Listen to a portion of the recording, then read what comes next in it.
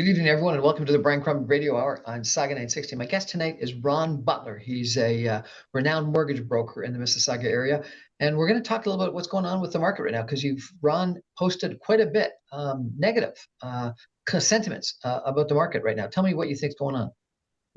Well, the market's been finally sort of beaten up by high rates. There's things going on in the market, particularly in investment properties that are problematic. They're just renewals keep coming, right? Every day in Canada, there's 500 renewals. And if it's a renewal on an investment property, that investment property, which was either just breaking even or losing a little, suddenly turns into an investment property that's losing 800 a month. And suddenly people choose to sell, and that inventory is piling up, particularly in downtown Toronto and parts of Vancouver. Inventory's piling up and there's no buyers because the math doesn't work for anybody. So we actually might be running into a legitimate investment property issue in terms of real estate in Vancouver and in the GTA. I was told at a land development conference I was at Tuesday that there's over 27 months of pre-construction or condo inventory right now, and it should be about 8 months. And so that therefore there's almost a year and a half or more of inventory that we've got to work through. Yeah, that's building every day. Gets bigger every month. Now that's in condos. Is it in more than condos or just condos? Condos is by far the worst issue.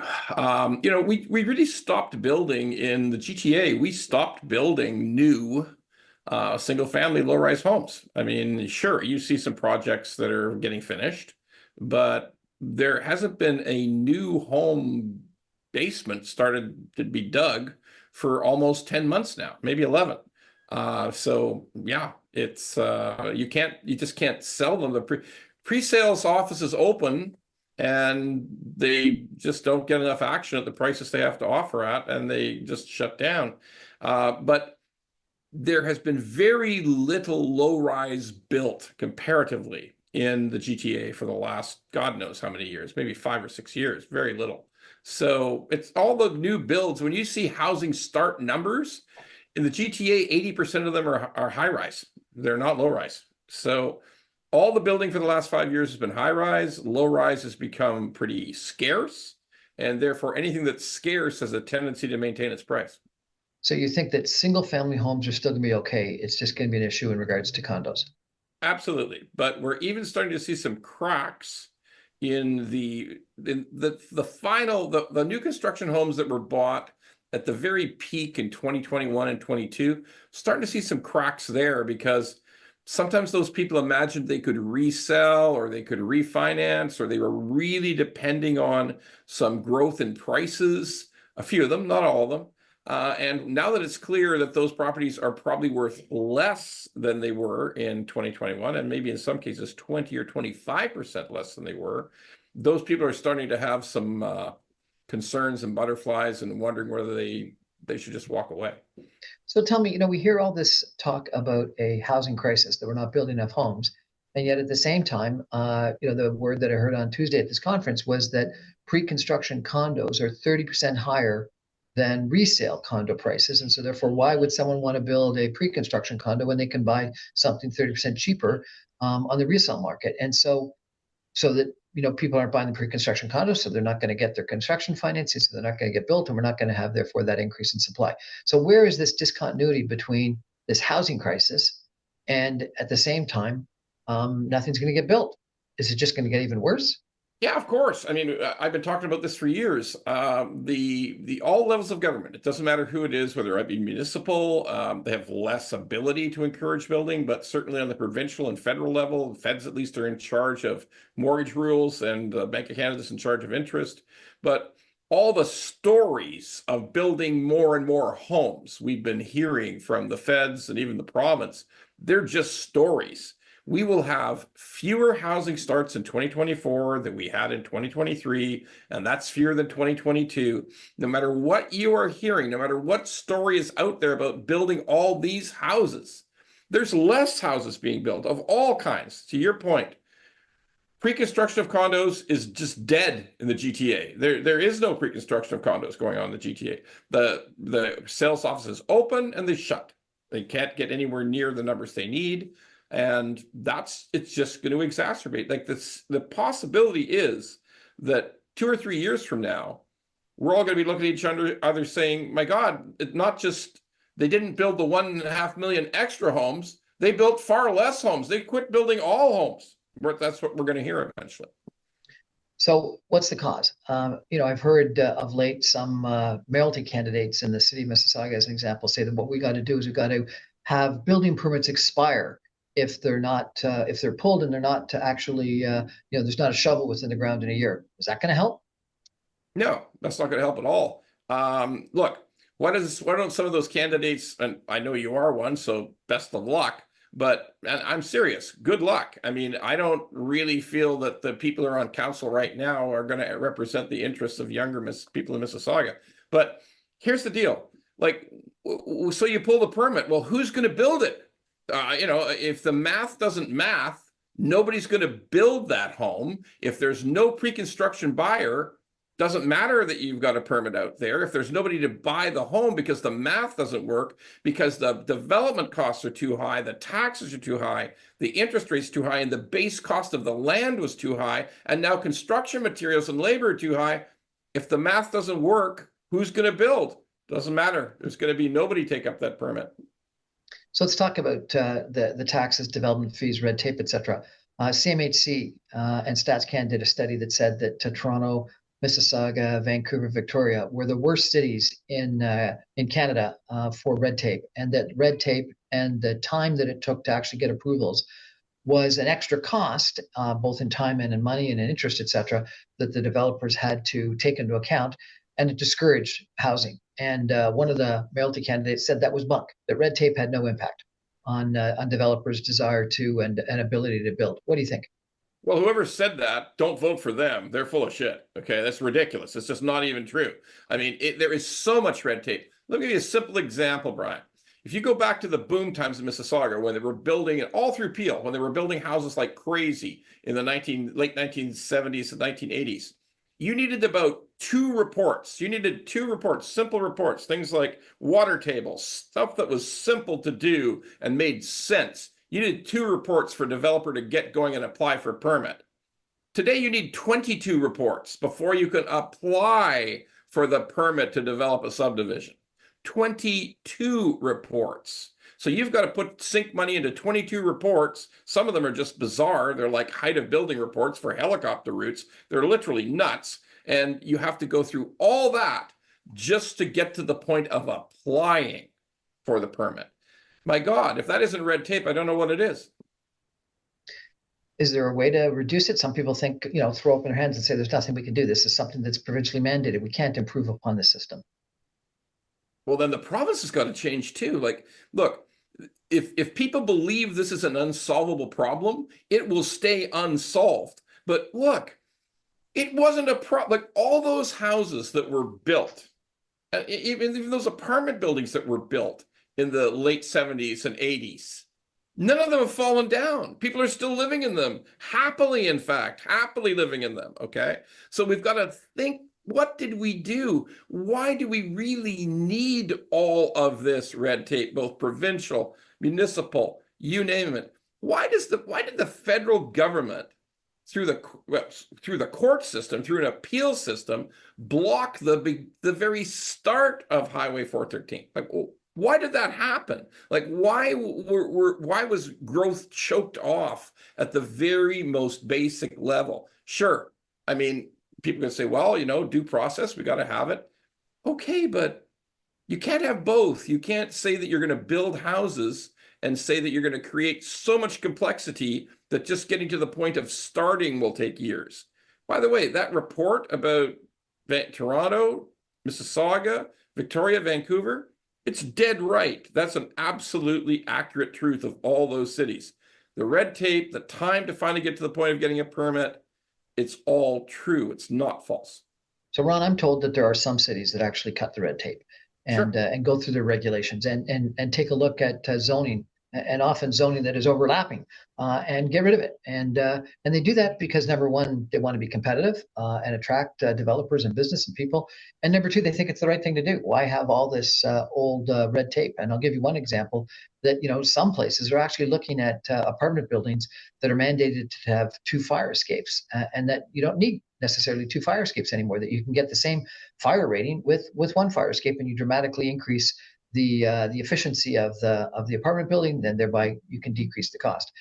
Setbacks, that some setbacks are completely inappropriate, that they may be thought of as nice in a world where we wanted to have big huge lawns and gardens, grassy knolls between buildings and in front of buildings, and frankly that's not what people want. People want streetscape, they want wide sidewalks, they want access to retail, they want a different kind of environment, and some of the setbacks are really a throwback to a zoning sort of desire from the 1960s, 70s, and 80s, rather than what people really want today, which is a more urban landscape. There's a development in Disney called Celebration that has half the setbacks, because what they said is we want porches closer to the sidewalk so you can actually have a conversation with your neighbors. And people love it. There's a development that copied it in Markham. It had to go and get special zoning permit to allow the setback between the sidewalk and the house to be reduced in half.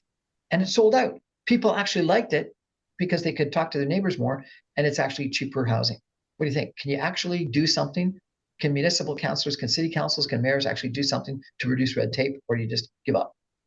No, you can do something. Look, the idea of double entries to all three-story apartment units, everything, look, you'd have to tear the whole city of Amsterdam down if you insisted on that. Like, it would cease to exist. You'd have to tear every building down if you said, well, we can't have single access.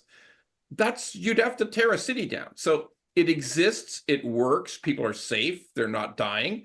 And the whole idea that we're so wrapped up in regulation and we can allow no new ideas and we can allow no repeal of any rule or any requirement for report or any extra caution, that everything has to revolve around liability. Oh, this might happen.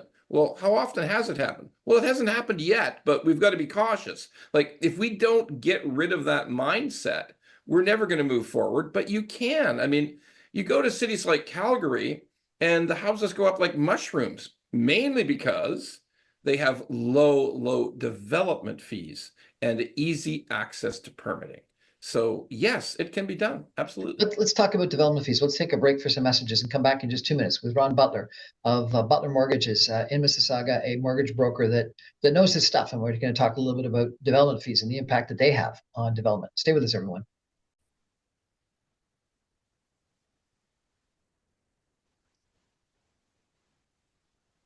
Welcome back, everyone, to the Brian Crombie Radio Hour on Saga 960. My guest tonight is Ron Butler of Butler Mortgages. He's a mortgage broker and has been for a while in the Mississauga, Greater Toronto area, and he posts very frequently on LinkedIn and Twitter and social media because he really has a point of view of what's going on in the mortgage business. We were talking about development fees before we broke, and some people think that it's the only way to finance infrastructure and growth. And other people think that, no, it's a tax on newcomers and tax on young people and a tax on renters that want to become owners, and it's a regressive tax. How do you feel about development fees? It is the latter entirely and completely. Look, if you hired a brilliant, realistic, truthful accounting firm to say, well, what does it actually cost to put in the road, put in the sewer, put in the water? And that should be the development fee. That should be it. Like, why in the world would you charge 30%? Because that's basically what it's come out to being, between the liens, development charges, taxes, by the way, from multiple levels of government, on a new house today, a new build today. In Peel, people are paying over 30% to those things, to taxes, to lien, to levies, to government fees. Like, you're going to build a part. I've always wondered why, if you're buying at a condo, why is part of the money you're paying for the condo to build a park? There's no park near you. You're in a condo. You're in a tower. Okay, you're surrounded by towers in the heart of the city in Mississauga. What park am I building? Well, you're building a park somewhere, so just live with it. Like, we've got to be sensible. We know this money's going to general revenue. We know maybe 20% of it is going to the actual cost of adding a road or changing a road or increasing sewer and water capacity. But we know that 80% of it's going somewhere else. Where is it going? It's going to keep property taxes low. It's going to keep the city government's free spending and wide open to bring in new employees and not have to care about budgeting anything, because there's just millions and millions and millions of dollars coming from the pockets of new home buyers every year. This makes no sense. Sure, some property taxes are going to have to go up if we try to get this thing straightened out and not just attack young people and try to take advantage of young people trying to become homeowners of new construction. Why don't we also start to think about, well, we need maybe to get control over our budgets. We may need to think more about how many people we need in departments. We need to think more about efficiencies and working faster, working better, cutting the fat. I mean, if you had to think about that because you weren't getting this vast influx of money from land transfer tax and from development fees and from other levies, if you ran a leaner, more intelligent city government, well, then you wouldn't need to increase the property tax. But right now, brand new buyers are subsidizing people who've enjoyed the services of the city for 25 years, they with lower property taxes, consistently lower property taxes, but they've been the ones who've been enjoying those benefits. Surely they should be willing to pay for it and give an open opportunity to young people buying a home. So some people will say, some politicians say, well, no, these development fees are paid for by the rich developers. It's not paid for by the young people that are buying. It's paid by the rich developers. It cuts into their profit. What do you think? Just a lie. That's an absolute lie. Any politician who says that the rich developers, the greedy developers are going to pay through the nose with development fees are just lying. They actually know the developer makes a particular profit margin on everything they build. They will not start building until they know their margin is secure, and therefore every single dollar of development fees is coming out of the pocket of the buyer of the project, the end buyer, the people who are buying the condo, people who are buying the townhouse. They pay. The developer is not, oh yeah, I'm a developer, I'm going to slash my profits down to nothing in order to pay the development fees. That's ridiculous. It's no different than, we're going to tax Loblaws extra and we're going to take advantage of Loblaws, the mean grocery store. No, they just pass it on to everybody in higher prices for the food. The idea, and every single one of these politicians knows that's true. They know they're lying. So I'll take one farther. It's not only the developers that will demand that they get that set return, but the bankers that bank those developers won't lend them the money unless they can show a pro forma that says they're making a certain profit, and they're confident in that profit. And the reason why is the last thing the banker wants is for the developer to go bankrupt and that they've got to take over developing the product. They want to make sure that that developer is making the appropriate return, appropriate profit, so that they will develop that project and take it to completion. Okay, so what you had said is that the property taxes are too high. Why are property taxes too high? Do you think there's inefficiency in municipal government? There's vast inefficiency. There's vast inefficiency at every level of government. You and I have been reading about automation, artificial intelligence, faster systems, more digitalization in private enterprise for our whole last 2 decades of our lives. We've seen how jobs have been reduced by better automation, by better digital applications, by faster systems, which absolutely don't exist within government. They've raised the number of people in the federal government, in CRA. There's more people working for CRA than there is in the Canadian Armed Forces. Now, CRA is just pushing. Seriously? Yeah, seriously. 59. They added 6,000 people in the last year. There's 59,000 people working for CRA. And they can't hit the recruitment targets for the armed forces. So they're literally running 12,000 light in the armed forces of Canada. So yeah, it's basically the same number of people at CRA that there is at the armed forces, because CRA people. Well, that's a tragedy. It's a tragedy. Our NATO commitments of 2% when we've got wars in the Middle East and wars in Eastern Europe, and we should be making sure that our Arctic sovereignty is secure. You're saying there's more tax collectors. All true. And no Oh end in sight God. of them. No end in sight. So, all these things exist on all levels of government. Here's the truth. This is what we know. If there is a limitless source of money to cover expenses, there's no point in trying to reduce expenses, is there? We are the taxpayers. We are the limitless source of money. So just keep growing. Government, just keep growing. Okay, Private so enterprise, sorry, go ahead. let me ask you a question, because this is something that's really perplexed me. So the way that the Mississauga city councilors that are running for mayor in the city council announced their property tax increases is they said that Mississauga taxes went up a modest 2.3%. That's the quote, a modest 2.3%. But the way they get that is they take the Mississauga tax increase and they divide it by the Mississauga taxes and the Peel taxes. And that's how they get the 2.3%. And then they go and they take the Peel tax increase and divide it by the Mississauga taxes and the Peel taxes and get a 4.5% increase.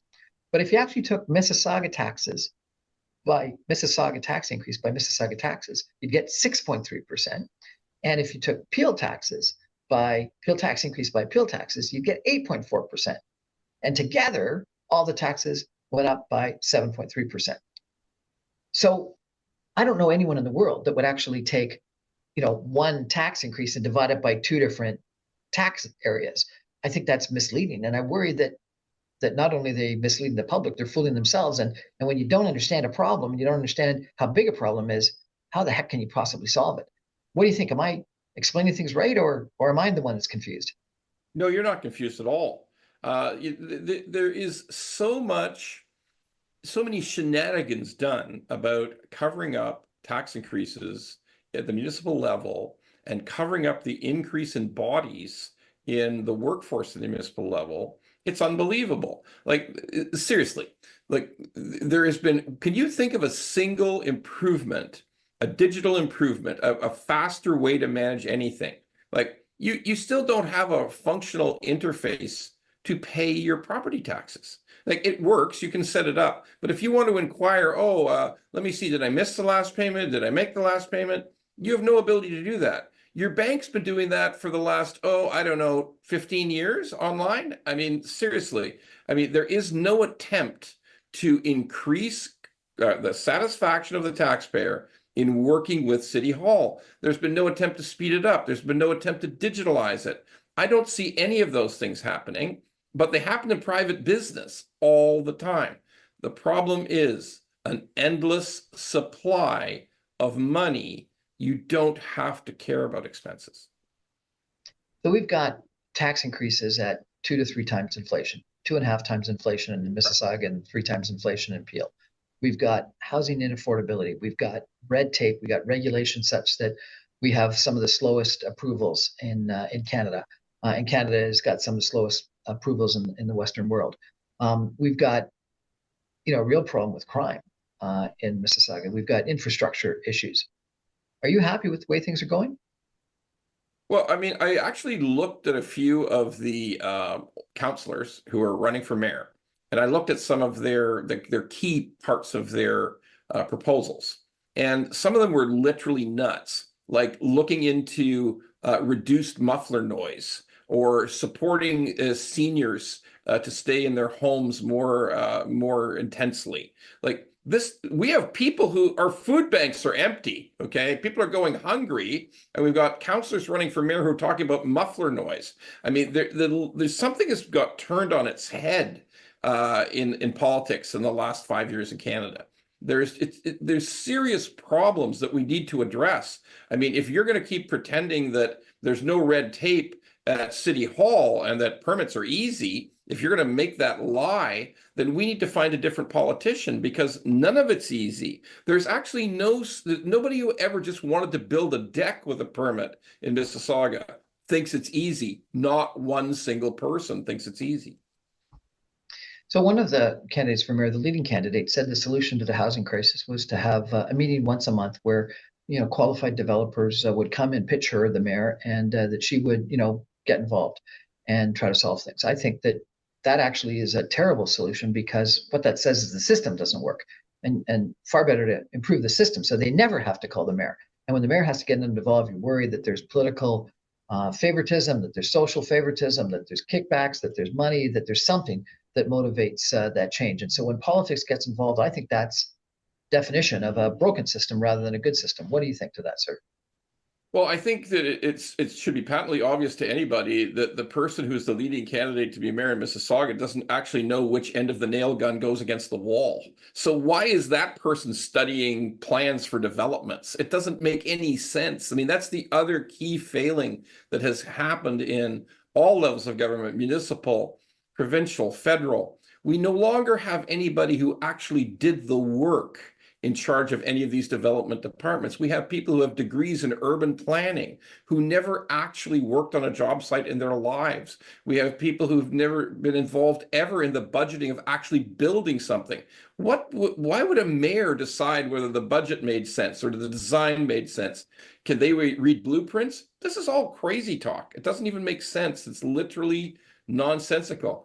As you pointed out, you have to go into the system and rip out the stuff that doesn't work. Look at why do we have 22 reports? Can't we get that down to at least 12? I mean, can't we make those kind of moves internally? Because let's face it, the bureaucracy is not going to disappear overnight, no matter who the mayor is. If you were the mayor, what would you do?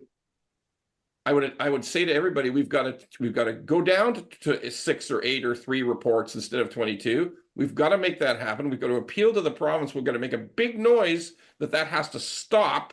We're gonna go after the premier and say, look, why do you need 22 reports? Like, I'm willing to go down to 8. And we have to completely rethink development charges, levies, and fees to build new homes.